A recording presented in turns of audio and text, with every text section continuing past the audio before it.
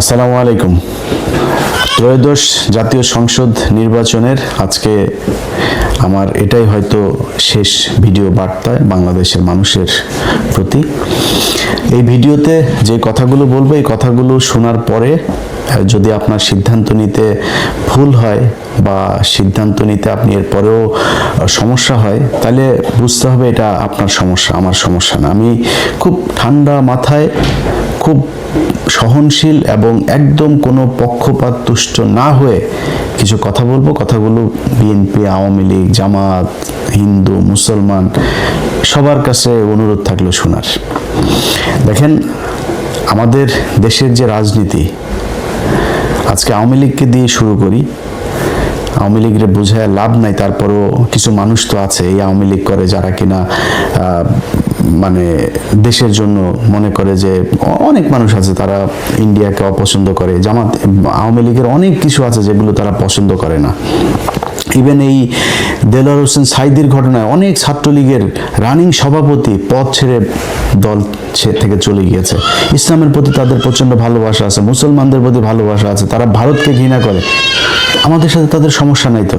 আমি ভিডিওতে বলছি, আমি টঙ্গী কলেজের ছাত্রলীগের সভাপতি কাজী মঞ্জু, টঙ্গী পৌরসভার ছাত্রলীগের সভাপতি কানন, জিজ্ঞেস করেন, খোঁজ নিয়েন, আমার সবচেয়ে ঘনিষ্ঠ মানুষ ছিল তারা টঙ্গীতে, সবচেয়ে ঘনিষ্ঠ মানুষ। এখনো যদি নাকি আমি জানি না যে এরা কোথায়, কে কোথায় আছে, যদি তাদের দরকার হয়, আমি আমার বাসায় যদি রাখার জন্য, তাদের নিরাপত্তার জন্য যদি দরকার হয়, আমি আমার বাসা ছেড়ে দেব।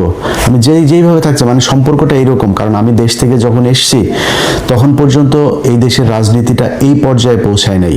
শিবির করলেই কাউকে গলা কেটে, মানে ক্রস ফায়ার দিয়ে মেরে ফেলতে হবে, এই অবস্থায় হয় নাই। ভারতের মোদির জন্য আমার দেশের মুসলমানদেরকে গুলি করে মারতে হবে, এই অবস্থা তখনও শুরু হয়নি। তো যারা 5 তারিখ পর্যন্ত, আগস্টের 5 তারিখ পর্যন্ত, আগের দিন পর্যন্ত যারা আওয়ামী লীগ ছেড়ে আসেন নাই, তাদের প্রতি এই হৃদয়ের সম্পূর্ণ শক্তি দিয়ে ঘৃণা জানায় রাখলাম। বাট যেটা বললাম আর কি, যে আওয়ামী লীগের সাথে তো আমাদেরও সম্পর্ক ছিল, তাদের অনেক মানুষ আছে ভারত বিরোধী, তাদের প্রতি আমাদের কোনো ঘৃণা নেই। কিন্তু ভাই, একটা জিনিস বলি, আজকে এই আদালতের বারান্দায় আপনারা আটক হচ্ছেন, মাঝে মধ্যে দেখি চোরাগুপ্তা মিছিল করছেন, তারপরে মাঝখানে আবার একটু ভাঙচুরও শুরু করেছিলেন। এখনো বিভিন্ন জায়গায় আপনারা নানান শেপে, নানান পরিচয়ে আপনারা রাস্তায় নামতে চান, বিদেশে আপনাদের যারা আছে তাদের কথাবার্তা শুনে। শুধু খুব ছোট্ট একটা বিষয় বলি, এই যে 5 তারিখে শেখ হাসিনা পালিয়েছে না, তার চাইতে আরো 15-20 দিন আগে থেকে আলোচনা চলছিল তাকে চলে যেতে হবে। আমি ভিডিও করেছিলাম 21 বা 22 তারিখে যে শেখ হাসিনা পালিয়েছে। নীরবতা দুর্বলতা নয়, এটা ঝড়ের আবেগ শান্ত অবস্থা। ভোটের মাধ্যমে তারা জানিয়ে দিতে চায় সিদ্ধান্ত এবার তাদেরই। এই নীরব প্রস্তুতি হতে যাচ্ছে এক নতুন অধ্যায়ের সূচনা। কেবল দেশে ছিল, আমি 100% কনফার্ম হইতে পারিনি। তো শেখ হাসিনা দেশে এসে বলল যে শেখের বেটি পালায় না, এরপরে কিন্তু ঠিকই পলাইলো। আপনি পিছনেরটা বাদ দেন, 5 তারিখে পলানোর এটা তো আমরা সবাই এখন জানছি যে এটা 2 তারিখ 3 তারিখ থেকেই এই আলোচনা, 3 বাহিনীর প্রধান দফায় দফায় আলোচনা চলছে, হাসিনা চলে যাবে। যেদিন চলে গেলেন তারও তো 3 ঘন্টা 5 ঘন্টা আগেও তো আপনার 5 তারিখে গিয়েছে, 3 তারিখে সে এই তাপসের সাথে ফোন রেকর্ড ফাঁস হয়েছে, দেখেছেন না? সেখানে সে বলছে সে চলে যাওয়ার কথা। আপনি আওয়ামী লীগ করেন না? আপনি এখনো আদালতের বারান্দায় গিয়ে জয় বাংলা শরীর গরম করা স্লোগান দেন না? এখনো রাস্তায় নামেন না? আপনার জন্য শেখ হাসিনার খারাপ লাগার কথা না? ইভেন এমপি মন্ত্রী, যে সালমান এফ রহমান এত কিছু করলো, তাদেরকেও বলে নাই। ঠিক নিজের আত্মীয় স্বজন, খুব ঘনিষ্ঠ ব্যবসায়িক পার্টনার এদেরকে নিয়ে সে উড়াল দিয়েছে, চিন্তাও করে নাই ভাই আপনাদের কথা। এটাই রাজনীতি। আপনি যে যত কথা বলেন, আজকে যারা ছাত্রদল, যুবদল, বিএনপি, অনেকেই এখন আবার ফের নতুন করে বিশাল দল করেন। আমরা লক্ষ লক্ষ মানুষ দেখছি বিভিন্ন জায়গায় যাচ্ছেন মিছিল টিছিলে নেতাদের দেখার জন্য। ভাই, আপনারা যারা জেল কেটেছেন, আপনার পাশে যে মিছিল করে এখানেই 2-4 জন পেয়ে যাবেন। বিএনপির অসংখ্য মানুষ অনেক কষ্ট সহ্য করেছে, তারা এই জেলখানায় যখন গিয়েছে, তখন জেলখানায় যাওয়ার পরে সারাদিন বিভিন্ন কোর্ট থেকে জেলে যায়, তারপর ওইখানে এই যে কারা কর্তৃপক্ষের একজন আসে, এসে তারপরে বলে যে জামাত শিবিরের কে কে আছেন হাত তোলেন। আমার এই বর্ণনা একজন এক শিবিরের এক ছেলে দিচ্ছিল, পরে ভাই আমি মনে করছি কি আমাদের এবার নিয়ে বোধহয় মেরে টেরে ফেলবে, আমাদের আলাদা করছে কেন। আলাদা করে নিয়ে যায়, 2টা লুঙ্গি দিয়েছে, একটা গামছা, এক জোড়া স্যান্ডেল, তারপরে শুকনা খাবার। এটা জামাতের শিবিরে যারা ধরা পড়েছে তাদের জন্য। আমি অনেক মানুষকে চিনি ভাই, আপনার পরিবার ধ্বংস হয়ে গিয়েছে, ব্যবসা ধ্বংস হয়ে গিয়েছে এই বিএনপির যে নেতার জন্য আপনি মিছিলে গিয়ে তারপরে আটক হয়েছেন, সেই নেতা আপনার খবরও নেয়নি। এটাই রাজনীতি। এই যে 21 টেলিভিশনের চেয়ারম্যান 2 বছর জেল খেটেছে, বিএনপি খবরও নেয় নাই। কনক সারোয়ার 9 মাস জেল খেটেছে, কনক সারোয়ারের বোন জেল খেটেছে। আমরা সেই একই ঘটনায় আমরা পালিয়েছি তারেক রহমানের বক্তব্য চালানোর জন্য, বিএনপি আমাদের খোঁজ নেয় নেই। টাকা পয়সা তো পরের কথা, খোঁজও নেয় নেই। আজকে ইলিয়াস হোসেন আজকে জায়গায় এখানে এসে বসলাম, অনেক মানুষ বলেছেন না আমাদেরকে বিএনপি টাকা দেয়, তারেক রহমান টাকা দেয় বলেছেন না, আজকে এই জায়গায় এসে বললাম 4 আনা পয়সার কোনোদিন যদি নাকি বলতে পারে যে জামাত ইসলাম বা বিএনপি থেকে আমাদের কোনোদিন দিয়েছে, বলেন ওটা ফাঁস করতে। ধরেন জামাত, তো এখন তো আমি জামাতের পক্ষে বলতে, জামাত বলবে না মনে করেন, বিএনপিরে বলেন একটা ফাঁস করতে যে আমার একটা টাকা দিয়েছে। আজকে পর্যন্ত কোনোদিন শুনেছেন তারেক রহমানকে নিয়ে কোনো বাজে কথা বলেছে, খালেদা জিয়াকে নিয়ে কোনো বাজে কথা বলেছে, জিয়াউর রহমানকে নিয়ে বাজে কথা? এখন তো তাও একটু সমালোচনা করি খুব ভদ্রভাবে। গেল 5 তারিখের আগ পর্যন্ত 6 বছর বিএনপির তো ক্ষমতা ছিল না, কিছুই ছিল না। বিএনপি জীবনে কোনোদিন আবার ক্ষমতায় আসতে পারবে এটা অনিশ্চিত একটা ভবিষ্যতের মধ্যে ছিল। তখন বলতে পারতাম না? বলেছে নাকি কোনোদিন? যারা বলেছে তারেক রহমানকে চেনেই না, লন্ডনে কি যেন একজন আছে এরকম বলেছে যারা, তাদের সাথে এখন তারেক রহমান ডেকে নিয়ে তারপরে জড়ায় ধরে কোলাকুলি করে, সেগুলো আমরা ফেসবুকে ছবিও দেখি। এটার নামই রাজনীতি। আপনারা কে কি করলো, আপনারা কে আদর্শের কারণে পছন্দ করে, কি কারণে, এটা বাংলাদেশের এই আওয়ামী লীগ বিএনপির ভেতরে নাই। অনেক বিএনপির লোকজনকে চিনি, যারা এই দিন এক এমপিকে দেখছিলাম, তার প্রতিদ্বন্দ্বী জামাতের প্রার্থীর সাথে দেখা হয়েছে, সে বলছে যে ভাই জেলখানায় আপনি আমার ছাড়া কোনোদিন বাসা থেকে খাবার গেলে এই কারণে জেলখানায় অনেক মহব্বত করেছেন আমাকে। এটা হয়েছে, এটাই বাংলাদেশে এই জামাত ইসলাম করেছে। আজকে মানুষের চোখের সামনে 2টা রাস্তা একদম স্পষ্ট হয়ে গিয়েছে। সকালে একটা লাইভ করেছিলাম আপনাদের বাংলাদেশ সময় রাতে, লাইভটা করার পরে সেই ভিডিওটা নানান ধরনের কৌশল করে ভিডিও চলাকালীন কপি রাইট ম্যানেজারে উঠে নানানভাবে তারা সেটা সরানো হয়েছে। সেই আওয়ামী লীগ যা যা করেছে বিএনপি তাই করছে। জামাত এই আওয়ামী লীগ যেমন সিআরআই করেছিল, তাদের এখন মহাখালী ডিওএইচএস এক বিরাট বিলাসবহুল এক ভবন তারা ভাড়া নিয়েছে। সেটা নিয়ে সেইখানে হাওয়া ভবনের মানে নতুন যে ভার্সন, সেই ভার্সন তারা সেই ভবনে শুরু করেছে। এখানে কিছু লন্ডন থেকে যাওয়া কিছু ধান্দাবাজ চান্দাবাজ এগুলো সব একসাথে হয়ে তারা সোশ্যাল মিডিয়াতে প্রতিদিন হাজার হাজার ডলার খরচ করছে তাদের পক্ষে কাজ করানোর জন্য। কাজ হচ্ছে না, আমার ভিডিও সরায় দিছেন। ভাই এইগুলি তো আওয়ামী লীগ করতো, আপনি করেন কেন? আপনার নিয়ে এত বাজে কথা তো বললেন, যেটা সত্যি সেগুলি বলেছে। আপনার যদি না কাউন্টার কোনো ন্যারেটিভ থাকে আপনি প্রকাশ করেন, আপনি বলেন, আপনার লোকজন, আপনার তো লোকের অভাব নাই। আপনার বহু আমাদের মতো অধম ইউটিউবার, আমরা তো ভাই ছোটখাটো মানুষ, আপনাদের বহু বড় বড় মানুষ আছে, তাদের দিয়ে বলান, সমস্যা কোথায়? এগুলো করছে। ঘোষণা দিয়েছে এই বিএনপির তথ্য বিষয়ক আপনার সম্পাদক, ঘোষণা দিয়ে আমার ফেসবুক যাওয়ার পরে ঘোষণা দিয়ে বলেছে সে করেছে এটা, অর্থাৎ বিএনপি করেছে।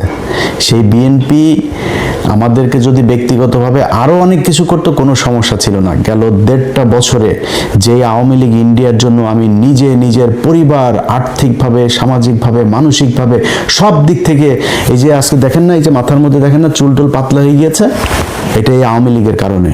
বহুত কষ্ট সহ্য করেছে, দাড়ি চুল টুল 5 বছরের মধ্যে বুড়া হয়ে গেছে একদম। এটা এই আওয়ামী লীগের কারণে, ইন্ডিয়ার কারণে।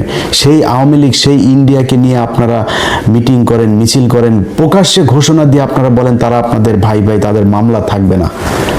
মির্জা ফখরুল মামলায় তো আপনি করেন নাই, মামলাগুলি তো আপনার এই জুলাইয়ের আপনার বাড়ির কেউ লোক মারা যায় না। আপনি বলেছেন আপনি ছাত্রদের সাথে আন্দোলনে নাই, এটা আওয়ামী লীগ আপনাকে দিয়ে বলিয়েছে। আপনার ভাই আওয়ামী লীগের সাথে ব্যবসা করেছে, আপনি ব্যবসা করেছেন, আপনি ভাতা নিয়েছেন, আপনার মেয়েকে অস্ট্রেলিয়াতে রেখেছেন, ঘর জামাইটাকে অস্ট্রেলিয়া রেখেছেন, সেখানে প্রতি মাসে মাসে ডলার পাঠাইতেন। আপনার তো সমস্যা নেই, আপনি কে যে এটা বলার একটা মামলাও রাখবো না।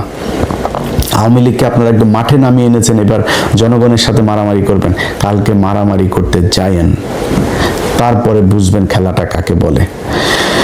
তো এই যে আওয়ামী লীগের যে লোকগুলো এখন আপনারা করছেন, দাপাদাপি করছেন, আপনার যেই আপার জন্য করেছেন এখনো করছেন, অনেকে আদালতের বারান্দায় দাঁড়ায় জয় বাংলা স্লোগান দিচ্ছেন, আপনার আপা কিন্তু আপনাদেরকে নিয়ে যায় নেই। এই যে আজকে বিএনপির পিছনে যারা যারা ঘুরেন, এদের একজনের বলেন যে মির্জা ফখরুলের আসনে সামনের বছর আমি ইলেকশন করতে চাই। মির্জা ফখরুলের এটা শেষ ইলেকশন। মির্জা ফখরুলের ভাই আছে একটা বিশাল চান্দাবাজ ফয়সাল, বললেন তো আপনি এখন যে ভাই সামনের বার কিনটাতে বিক্রি হয় নাই, তার এখানে যায় আমি কিছু চাই নাই নিজের জন্য। জামাত ইসলামী যদি ক্ষমতায় আসে আপনাদেরকে কথা দিলাম নিজের জন্য কিছু করব না। এই দেশের যে প্রবাসীরা ভারত থেকে সৌদিতে যেতে যেই কয় টাকা লাগে, বাংলাদেশ থেকে ওই কয় টাকা লাগতে হবে।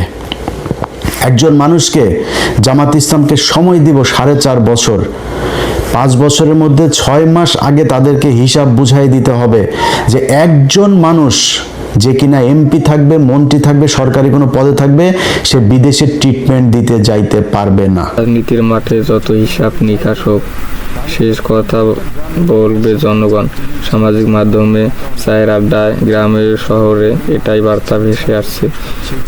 পরিবর্তন চাই। এই পরিবর্তন কোনো স্লোগানের নয়, এটা ব্যালটের শক্তিতে লেখা হবে। নিয়ে যাইতে হবে বিদেশে, এটা সরকারি খরচে এই ট্রিটমেন্ট তাকে দিতে হবে। আমি আজ পর্যন্ত আপনাদেরকে আমি বললাম, শুনেছেন জামাত ইসলামের নেতা একজন বিদেশে সিঙ্গাপুরে ট্রিটমেন্টের জন্য গিয়েছে। জামাত ইসলামের নেতাদেরকে লাভ দিয়া যায়, পাতলা পায়খানা হইলো, যা থাইল্যান্ডে সিঙ্গাপুরে যায় ট্রিটমেন্ট নিতে হয়েছে। এই বিএনপি আওয়ামী লীগ এদের কিছু হইলেই বিদেশ, এয়ার অ্যাম্বুলেন্স যা কিছু আছে সব কিছু রেডি থাকে এদের জন্য, ট্রিটমেন্ট নিতে যায়। আমি আপনাদেরকে গ্যারান্টি দিলাম নিজের সর্বশক্তি দিয়া আপনাদের জন্য এই জিনিসগুলো আদায় করবো ইনশাল্লাহ জামাত ইসলামের কাছে।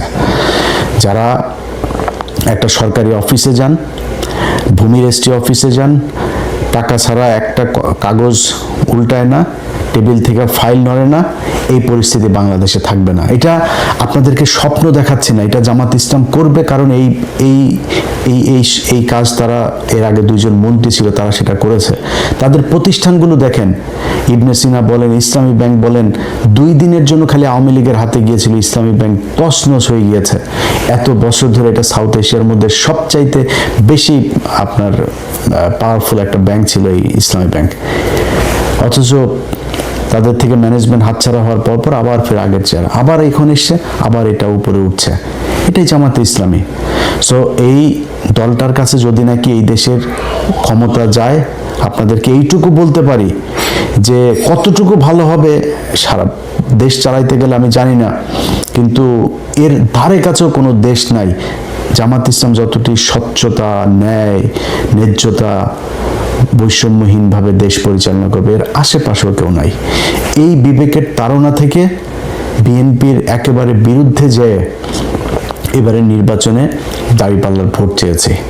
আপনার নিজের প্রয়োজনে, আপনার দেশের প্রতি যে দায়িত্ববোধ, ভালোবাসা, আপনার নিজের পাওয়ার জন্য, আপনি যেই বাজারে দোকান আছে আপনাকে চাঁদা দিতে হয় না, আপনি রাস্তায় একটা বাস চলে আপনাকে চাঁদা দিতে হয় না, একটা লেগুনা চালান, টেম্পো চালান, সিএনজি চালান, চাঁদা দিতে হয় না, ফুটপাতে একটা দোকান আছে, দিন শেষে 300-500 টাকা ইটি করে তারপরে সারাদিন ধুলা বালু এগুলোতে দাঁড়ায় থেকে করেন, সেখান থেকেও 100 টাকা দিয়ে দিতে হয়।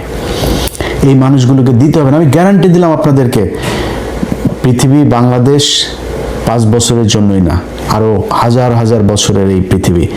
আপনারা বেঁচে থাকবেন, আল্লাহ যদি বাঁচায় রাখে, আমরা হয়তো আরো 2-4-10 বছর যদি বেঁচে থাকি, তাহলে দেখবো এই 5 বছর জামাত ইসলামীকে দিয়ে দেখেন যে এই দেশের চরিত্র পাল্টায় কিনা, এই দেশে আপনার যে অধিকার, যে নাগরিক অধিকার, সেই অধিকার আপনি পান কিনা।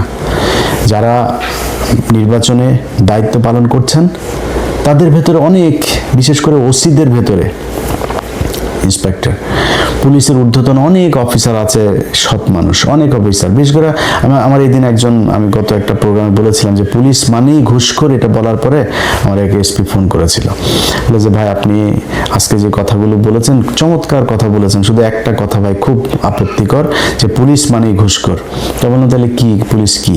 বলছে ভাই আপনি কি জানেন যে পুলিশের কত পুলিশ সদস্য যে অনেস্ট? তা বললাম ভাই কোথায় অনেস্ট?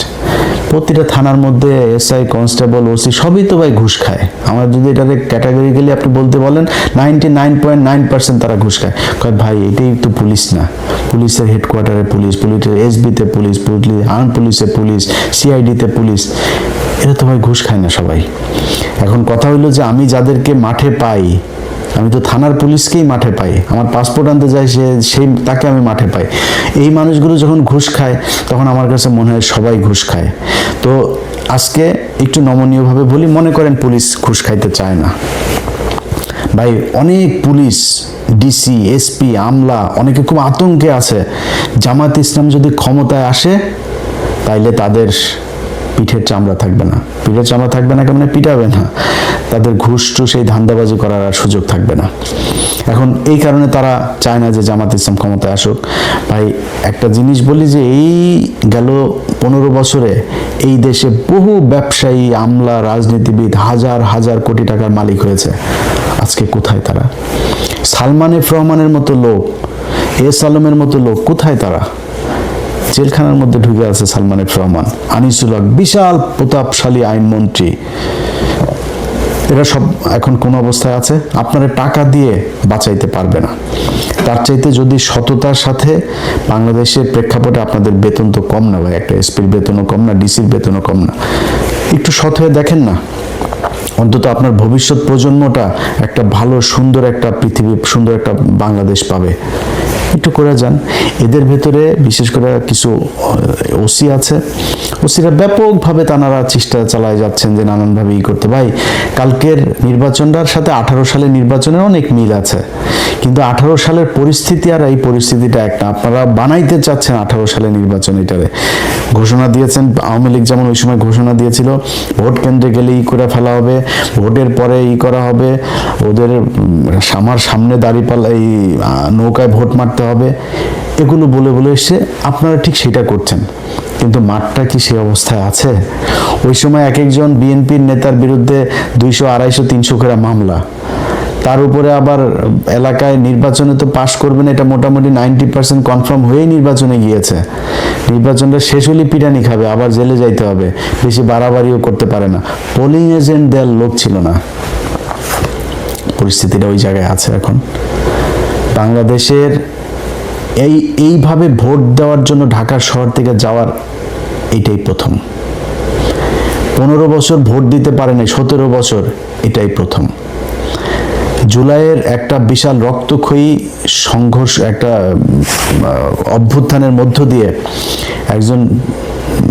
একজন প্রধানমন্ত্রী, বৈধ হোক আর অবৈধ হোক, সিটিং প্রধানমন্ত্রী দেশ থেকে গোষ্ঠী শুদ্ধ পালিয়েছে, এটাই প্রথম। এই প্রেক্ষাপটে এসে যেই দেশের মানুষ বন্দুকের নলের সামনে দাঁড়ায়া সামনের জনকে গুলি করেছে, পিছনের জন তারা না ছেড়ে নিয়ে আসে, পুলিশ বলতে বাধ্য হয় একটারে গুলি করে অন্য গুলি পালায় না। সেই জাতিটার চোখের সামনে একটা অভ্যুত্থানের রক্ত তাদের শরীরে লেগে আছে। এদেরকে আপনি ভয় দেখায় ভোট কেন্দ্র থেকে বের করে দিবেন? জামাত ইসলামের লোকজনের সাথে সারা বাংলাদেশের মানুষ কেন্দ্রে আপনাদের বিরুদ্ধে দাঁড়াবে যদি কোনো উল্টাপাল্টা যেগুলো বলেছেন এগুলো করার চেষ্টা করেন। আর পুলিশ প্রশাসন চোখের সামনে আপনার করবে। বাংলাদেশের প্রতিটা মানুষের কাছে অনুরোধ থাকবে, বিশেষ করে জামাত ইসলামের যারা ক্যান্ডিডেট আছেন তাদের কাছে অনুরোধ থাকবে, আপনারা মাওলানা হালিম বা জামাত ইসলামের কেন্দ্রীয় যেখানে আপনাদের যাদের সাথে কথা বলেন তাদের মাধ্যমে আমার নাম্বার নিয়েন। তারপর এবার ভোটেররা সংগৃহীত, সতর্ক আর দিগ্বিত, কোনো চাপ, কোনো প্রবলতা নয়, নিজের বিরুদ্ধের সিদ্ধান্তেই তারা এগোবে। শেষ কথা একটাই, নীরব শক্তি প্রস্তুতি একদিন বিতর্কিত হবে। ব্যালট বক্স, দেশের মানুষ প্রস্তুত, তারা শান্ত কিন্তু স্থির। এবার সিদ্ধান্ত তাদের হাতে। আর সেই সিদ্ধান্তই বদলে দিতে পারে আগামী দিনের ইতিহাস। কোথাও কোনো অপ্রীতিকর ঘটনা দেখলে আপনারা সেখানে দাঁড়ায় যাবেন। এই ভোট, এটা আপনার অধিকার, এই অধিকার প্রতিষ্ঠা করার দায়িত্ব আপনার। আপনি যে সুযোগ পেয়েছেন, এই সুযোগ বাংলাদেশে বারবার আসবে না। অতএব যারা ভোট রিগিং করার চেষ্টা করবেন, কোনো পক্ষপাতদুষ্ট আচরণ করার চেষ্টা করবেন, বিশেষ কোনো প্রার্থীর পক্ষে কাজ করার চেষ্টা করবেন, সেই প্রশাসনের ভাইদেরকে বলবো, ভাই যদি মনে করেন সারা জীবন ঘুষ খাইয়ে থাকতে চাবেন, তাহলে যা মন চায় করেন। আর যদি মনে করেন যে না, আমার সন্তানের পেটে আমি যদি নাকি আমার ট্রিটমেন্টের দরকার হয়, আমার সরকার ট্রিটমেন্ট দিবে, আপনি যদি সুন্দর একটা দেশই করেন, আপনি টেনশন করেন কেন যে আমার বড় শেষ বয়সে গিয়ে কি হবে, টাকা পয়সা না রেখে যায়, এই টেনশন আপনি করেন কেন? সুন্দর একটা দেশ দিয়ে যান। এই যে আমি আমেরিকায় গরিব, মানে আমেরিকার সামাজিক যে অবস্থান সেই অনুযায়ী আমি গরিব ক্যাটাগরির একজন নাগরিক, তো মানে মানুষ আর কি। তো আমি যেহেতু অল্প টাকা ইনকাম করি, অল্প টাকা ট্যাক্স পে করি, তো ট্যাক্স ফাইল করার ওই অনুযায়ী আমি ওই ক্যাটাগরিতে আমার ট্রিটমেন্ট ফ্রি এখানে। এটা বাংলাদেশে সম্ভব, খুবই ইজিলি সম্ভব।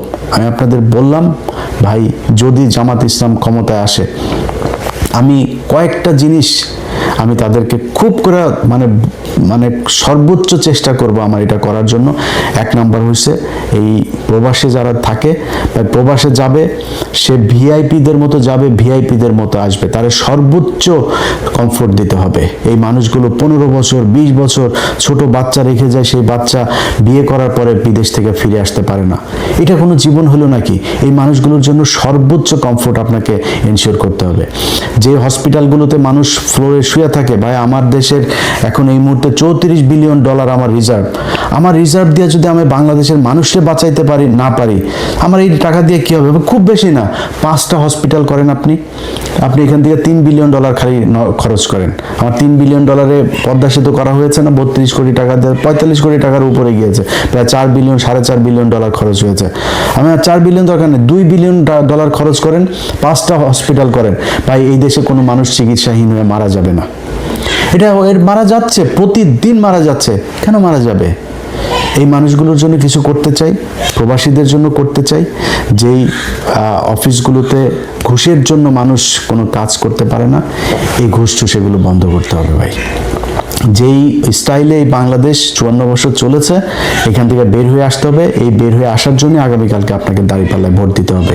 আপনাকে কথা দিলাম, আমি ইলিয়াস হুসাইন, যদি নাকি এই জামাত ইসলাম যদি আপনাদেরকে যেই স্বপ্ন দেখাচ্ছে, আমি নিজেও যেটা দেখাচ্ছি, এই পথে যদি না চলে, আমি আল্লাহ যদি বাঁচিয়ে রাখেন 2031 সালের নির্বাচনে আমি প্রথম ব্যক্তি হব যিনি কিনা জামাত ইসলামের বিরুদ্ধে নির্বাচনে ক্যাম্পেইন করব। এটা আজকে আপনাদেরকে বলে রাখলাম খুব সুস্পষ্টভাবে। ভাই বিএনপিতে আমার বহু পছন্দের মানুষ আছে।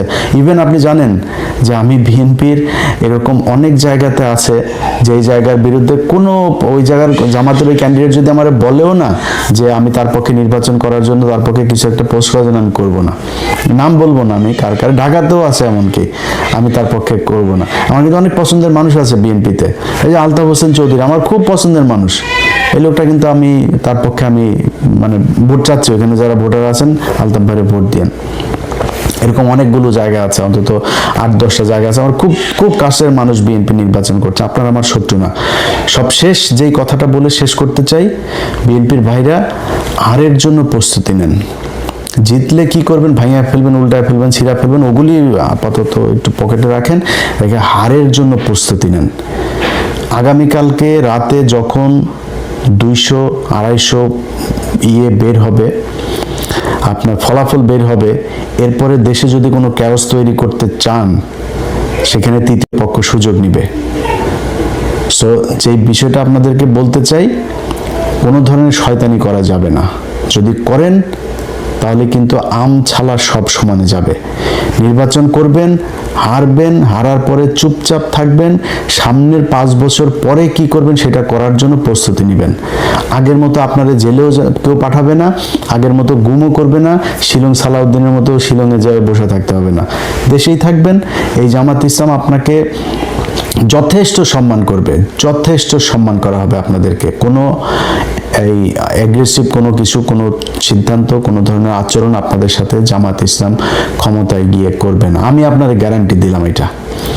সো নির্বাচন সাধারণ মানুষ যাকে সমর্থন দেয়, যার প্রতি তাদের ভোট দেয়, সে বাংলাদেশে নির্বাচিত হবে, তারা দল গঠন করবে, সরকার গঠন করবে, তারা দেশ পরিচালনা করবে, বাকিটা বিরোধী দল হিসেবে থাকবে। আপনারা যে এই মুহূর্তে 2025-26 সালে যে আপনারা নির্বাচন করছেন, এটা করার কথা ছিল, আপনারা ছেড়েই দিয়েছিলেন। 24-এ হয়েছে, আবার 29-এ হবে, আওয়ামী লীগই আসবে। আজকে নির্বাচন করতে পেরেছেন, এইটাই বিশাল ব্যাপার। জেলখানা থেকে বাবর ভাইয়ের বের হওয়ার কথা ছিল না, বের হয়েছেন। বের হয়ে তারপরে আপনি যে নির্বাচন করছেন, এটা মিরাকল, এটা আল্লাহ নিজে আপনাকে দান করেছে।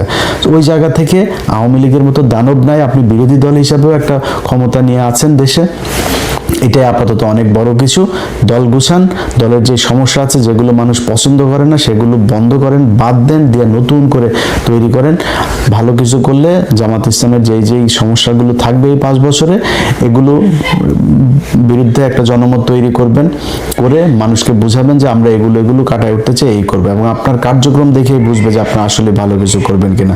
টাকা পয়সা নিয়ে, মনোনয়ন দিয়া, টাকা পয়সা নিয়ে ধান্দাবাজি করে তারপরে দল গঠন করে চোর বাটপার ঋণ খেলাপিরে দিবেন, তারপরে চাঁদাবাজদের বহিষ্কার হওয়া লোকজনরা আবার ফের দলে ফিরায় না, তার মনোনয়ন দিবেন, এইভাবে তো ভাই মানুষ আপনার পছন্দ করবে না। সো দল করতে হইলে জামাত ইসলাম অনেক খারাপ, জামাত ইসলামের কোনো বহুত সমস্যা, যা মনে চায় আপনি মনে করেন। জামাত ইসলাম নিজের টাকায় রাজনীতি করে, মানুষের দোকান থেকে টাকা তুলে চাঁদাবাজি করে রাজনীতি করে না। আপনারা সেই ব্যবস্থা করতে হবে। আপনার দলের মানুষ টাকা দিয়ে রাজনীতি করবে। যেদিন দলের মানুষ দলের টাকা দিয়ে রাজনীতি করবে, সেদিন আপনার ঘরের সামনে এই বালুর ট্রাক বসায় রেখে আসতে পারবে না, ওইটারে উল্টায় ফেলবে। কারণ ওর দল করে ও নিজের টাকা দিয়ে, নিজের খরচ দিয়ে। এক একজন রোকন নিজের প্রতি মাসের বেতনের 5% দিয়ে দেয়। 1 লাখ টাকা যে বেতন পায়, সে 5,000 টাকা দলকে দিয়ে দিতেই হবে, বাধ্যতামূলক। সে দল থেকে কোনো কিছু নেয় না। এটা হচ্ছে তাদের রাজনীতি। সেই ধরনের একটা দলের সাথে আপনি কম্পিটিশন করবেন, আপনার তো এরকম কোনো কিছু জিনিসটা আপনাকে উদ্ভাবন করতে হবে, করে তারপরে নতুন করে আপনাকে দল গুছাইতে হবে। বাংলাদেশের মানুষ যা চায় সেটা বুঝায়, সেটা বাংলাদেশের মানুষের সামনে উপস্থাপন করবেন। মানুষ যদি মনে করে ক্ষমতায় আসবেন, এর তো কোনো স্বৈরাচার নাই, এখানে বিশাল আকারের কোনো কিছু নাই। যা বলা হচ্ছে আগে থেকেই, যে যদি সুষ্ঠু এবং কি যেন বলে, এই হইলে আমরা নির্বাচন মানব। আগে থেকে হারলে কি বলবে, এটার মোটামুটি একটা দিয়ে দিল, যে হেরেই তারপরে বলবে যে নির্বাচন সুষ্ঠু হয়নি, এনে ওইটা বলেন। এই দেশে কোনোদিন বিরোধী দলে গিয়ে কেউ নির্বাচন মানে নাই, কারচুপি ছাড়া বলে না। আপনারা ওইটাই বলেন, সমস্যা নাই, কিন্তু বেশি বাড়াবাড়ি করা যাবে না। যদি বাড়াবাড়ি করেন, আওয়ামী লীগ আছে, ডিজিএফ এর একটা গ্রুপ আছে, তারা কিন্তু ঝামেলা বাঁধাবে। এটা আজকে বলে রাখলাম। চুপচাপ থেকে সুন্দরভাবে একটা মানে সুষ্ঠু পরিবেশে নির্বাচন হবে। নির্বাচন শেষে দল গঠন করে সরকার গঠন করবে, যে কোনো একটা দল, তারা করবে। আবারও সবশেষ আপনাদের কাছে, আপনার নিজের বিবেকের কাছে প্রশ্ন রেখে গেলাম। 2টা দল নির্বাচনে এবার প্রতিদ্বন্দ্বিতা করছে। যেই দলটারে আপনার মনে হয়, আপনার বাড়ির পাশের যে মানুষটা দেখে 2 জনকে এক জায়গায় দাঁড় করাবেন, চিন্তা করবেন কোন মানুষটাকে আপনার ভোট দেওয়া উচিত, তাকেই দিয়েন। আমার কথা শোনার দরকার নাই।